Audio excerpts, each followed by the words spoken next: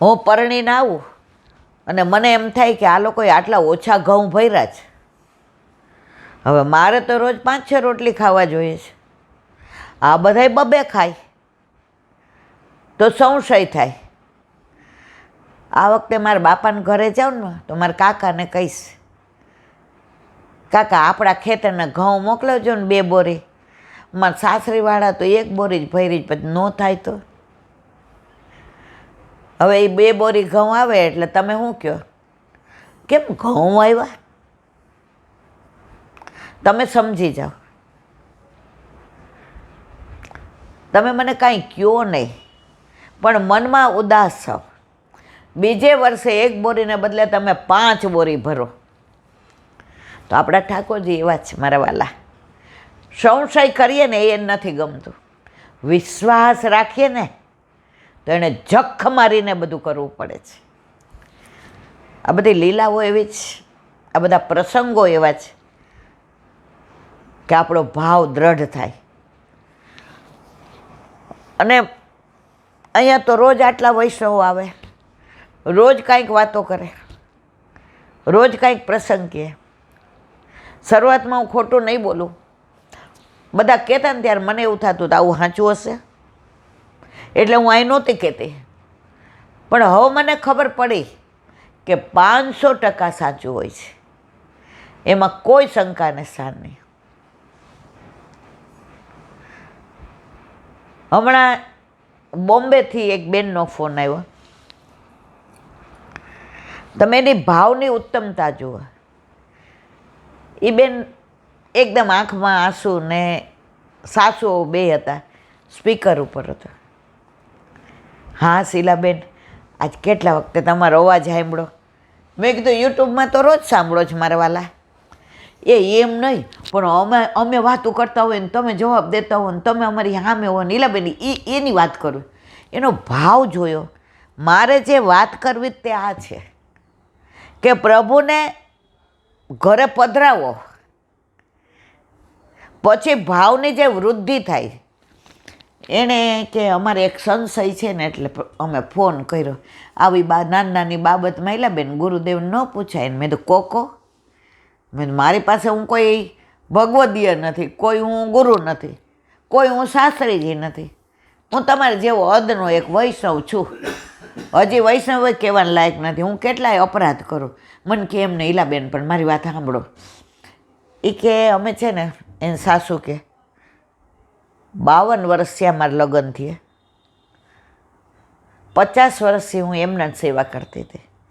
હવે આ સત્સંગ સાંભળી અને 6 મહિના પહેલાં ઠાકોરજી પુષ્ટ કરાવ્યા. અને અમે સાસુઓ જે આનંદ લઈએ છીએ, આનંદની હેલી છે, અમે વર્ણન નથી કરી શકતા. પણ ઈલાબેન એક વાત કરવી છે. મેં તો કહો ઈલાબેન, અમે એક નાની રૂમમાં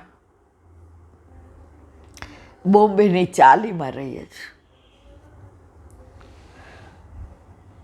હવે હિંડોળા બધાય કરે, અમે મંદિર જાય એટલે બધા હિંડોળાની વાત કરે કે અમે આજે શાક પાંડા કર્યા, આજે અમે લીલા હિંડોળા કર્યા. હવે અમારે એક જ રૂમ છે ચાલીમાં. હવે ચાલીમાં કેવડો રૂમ હોય તમને ખબર છે. એમાં અમે સાસુ વહુ મારા મિસ્ટર છોકરા બધાય રહીએ છીએ. તમે કીધું એટલે અમે દર્પણમાં ઝુલાવીએ છીએ, અમે રાજી છીએ, અમને કાંઈ દુઃખ નથી. પણ મેં ફોન એટલા માટે કર્યો કે અમારી ચાલીમાં જ્યાં રૂમ છે ને એ છેલ્લી છે, એટલે બહાર અમે પડદો રાખીએ છીએ. ત્યાં છે ને 2 આંકડા નાખ્યા મારા વરે.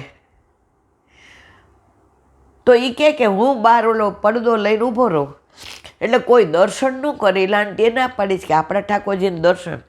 તો ત્યાં નાનું અમે થર્મોકોલનો હિંડોળો કરી અને આજે ઝૂલાવવા છે, નાગપાંચમ છે.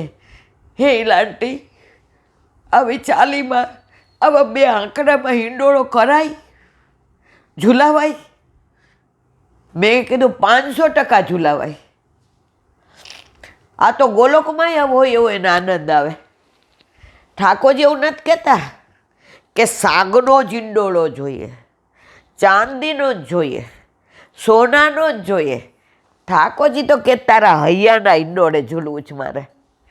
એ કે બસ આ સંશય હતો, પણ અમને બીક લાગતી હતી કે આવી વાત તમને પૂછાય, તમને કરાય, અને માનું કે આવો હિંડોળામાં ના ઝૂલાવાય અને અમને અપરાધ પડી જાય.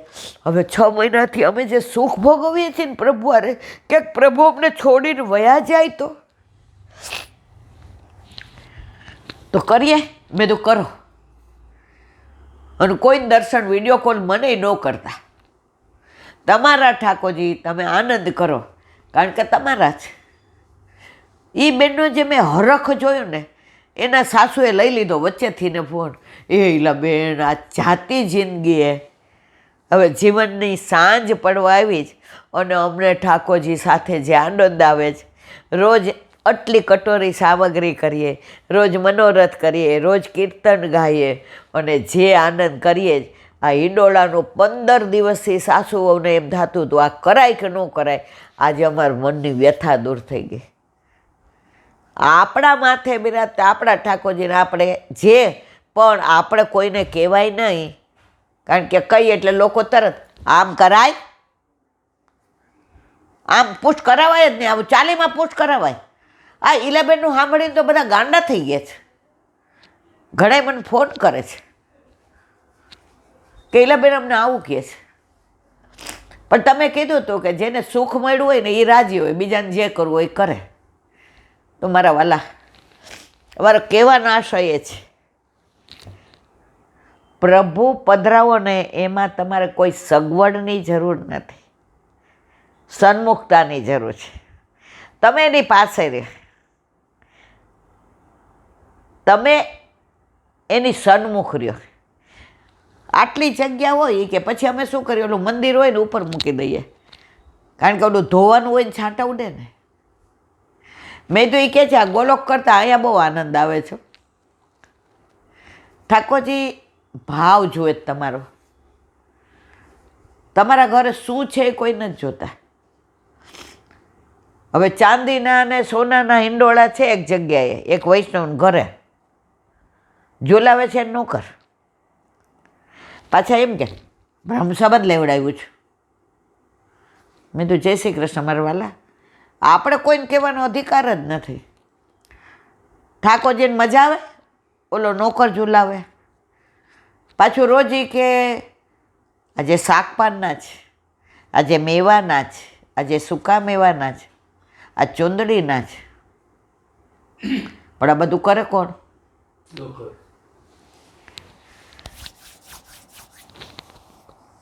તમે ચાલીમાં રહીને આ ઈંડોળા કરો ને, એ ઠાકોરજી ગોલોકમાં હોય એવો આનંદ લે. અને સોનાના ઈંડોળામાં ઓલા પોપટને પાંજરે પૂર્યો હોય ને એવી દશા છે. આ જે કહેતા હતા સોનાનું પાંજરું હોય, અંદર હીરા મોતી માણેક જેડા હોય, પરવળને આમ લટકાવ્યા હોય, પણ એ પાંજરામાં પોપટ ન હોય તો પાંજરાની કિંમત ખરી? એમ આપણા ઘરે ગમે એટલો વૈભવ હોય, ગમે એટલું સ્ટેટસ હોય, ગમે એટલું માન હોય, ગમે એટલા મર્તબા હોય, વાડી હોય, વજીફા હોય, ગાડીઓ હોય, બંગલા હોય, અને તમને કોઈ એમ કે ઠાકોરજી વૈષ્ણવ છો તો પૂછ, એ ન ફાવે. તો આ પિંજરામાં પોપટ વિનાની પિંજરાની કોઈ કિંમત નથી મારા વાલા. આ પિંજરાની કોઈ કિંમત છે નહીં. પ્રભુ આવે એટલે શોભા ન્યારી. તમારા ઘરનો માહોલ બદલી જાય. ઘરમાં બધાયને એક જ થાય. જે ન માનતા હોય ને એ સવારે ઓલા ફ્રીજમાંથી દૂધ લેવું હોય ને, મમ્મી જોજે તો આ ઠાકોરજીને નથી ને, જખ મારીને ઠાકોરજીનું નામ લીધું. ન માનતા હોય ને, દાંત ચડતી હોય ને, મમ્મી જોઈ લે, પછી કહે છે કહેતી નહીં આ ઠાકોરજીનું દૂધ નથી ને. દહીં લેવું હોય, મમ્મી કયા ડબ્બામાંથી લઉં, ઠાકોરજીનું ન હોય એમાં લે. આખો દી એને 500 વાર ઠાકોરજીનું નામ લેવું જ પડે છે. ઠાકોરજી કે ભલાને. તો ઘરમાં પ્રભુ હોય તો આ બધું થાય. બાકી મંદિરે જાઓ, ઉનકે મન કી વે જાને, મેરે મન જગદીશ. બોલો વલ્લભાધીશ. આ બધી વાતો હા હરિરાય મહાપ્રભુજી કી. અષ્ટ સખાઓનું આપણે કરીએ છીએ.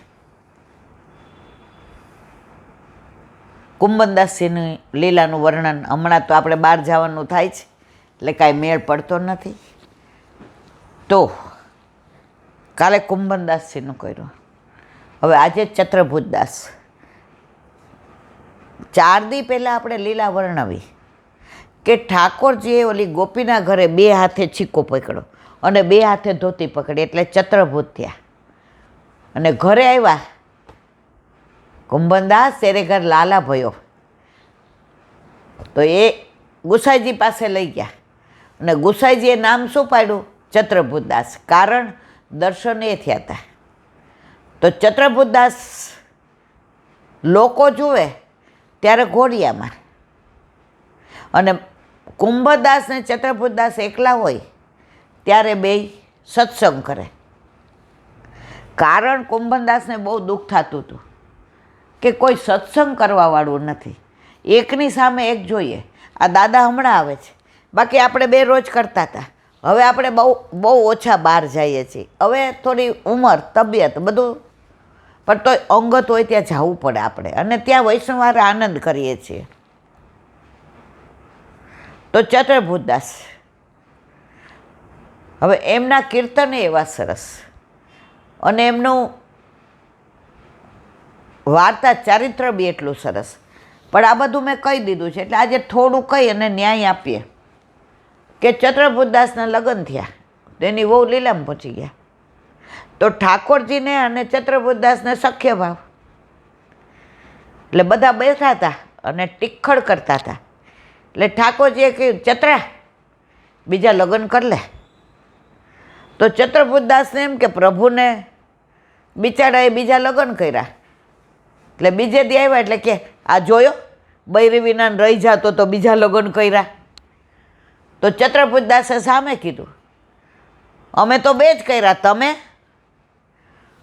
તો આ સખ્ય ભાવ પ્રભુ હારે હતો. ચત્રભુજદાસના અમુક કીર્તન તમે રાધાકૃષ્ણ કુંડ ઉપર જાઓ, વ્રજમાં ગિરિરાજજીની પરિક્રમા 7 કોસની કરો ત્યારે રાધાકૃષ્ણ કુંડ આવે. હવે તો ગિરિરાજજી તિરોહિત થઈ ગયા છે, હવે બધા 5 કોસની કરે છે. પણ અમે તો 50 વર્ષ પહેલાં 9 કોસની કરી છે. ત્યારે દોડતા વૈષ્ણવ ભેગા ગયા હોય, નાના હોઈએ એટલે રસ્તામાં એ બધા ઘરેથી જ કેળા કે એવું લાવ્યા હોય અને અમને દઈ દે કે લે આ 4 આના, 8 આના. એટલે અમને નાસ્તો મળે ને ત્યાં ખાવા, એટલે અમે જતા. પરિક્રમા કરવા નહોતા જતા, પણ ગિરિરાજ બાવાની અમારા પર કૃપા, તો એ એવું માનતા હતા કે અમે પરિક્રમા કરીએ છીએ. તો રાધાકૃષ્ણ કુંડમાં સંધ્યાવદનના બેઠક જે બહાર નીકળો એટલે. તો ચત્રભુજદાસનું આ કીર્તન, ગોવર્ધનગિરી સઘન કંદરા, રૈન નિવાસ કિયો પિય પ્યારી. ચત્રભુજદાસજીને યુગલ સ્વરૂપના ગિરિકંદરામાંથી સવારના મંગળાના દર્શન કરવાનું મન, પણ વલ્લભને કે ગુસાઈજીને કહે નહીં. વલ્લભને ગુસાઈજીમાં ભેદ નથી, ભેદ માને ને એને અસુર સમજવો. હવે સમજી ગયા એટલે એકવાર ચત્રભુજદાસજીને કહે જ્યાં ગિરિકંદરામાંથી આ લઈ આવ. લેવા ગયા તો ઠાકોરજીને સામનેજી મરગજી માલ ને લટપટી પાગ, આખા કીર્તનમાં બધું આવે છે. આપણી પાસે સમય નથી, પણ એ કીર્તનનો ભાવ બહુ સરસ છે. ગોવર્ધનગિરી સઘન કંદરા, રૈન નિવાસ કિયો પિય પ્યારી. તો 2 બધા વસ્ત્ર અસ્તવ્યસ્ત, માળા મરગજી એટલે કરમાયેલી, આખી રાત જે રંબન પરિરંબન ચુંબન આલિંગર રસ લીધો હોય એટલે માળા મરગજી એટલે કરમાઈ ગઈ. પાગ લટપટી અટપટી થઈ ગઈ હતી. હવે વર્ણન કરું તો રસભંગ થઈ જાય, રસાભાસ થઈ જાય. એ દર્શન ચત્રભુજદાસજીને ત્યાં થયા. ક્યાં? ગિરિકંદરામાં, જેને પતરાળા લેવા મોકલા હતા.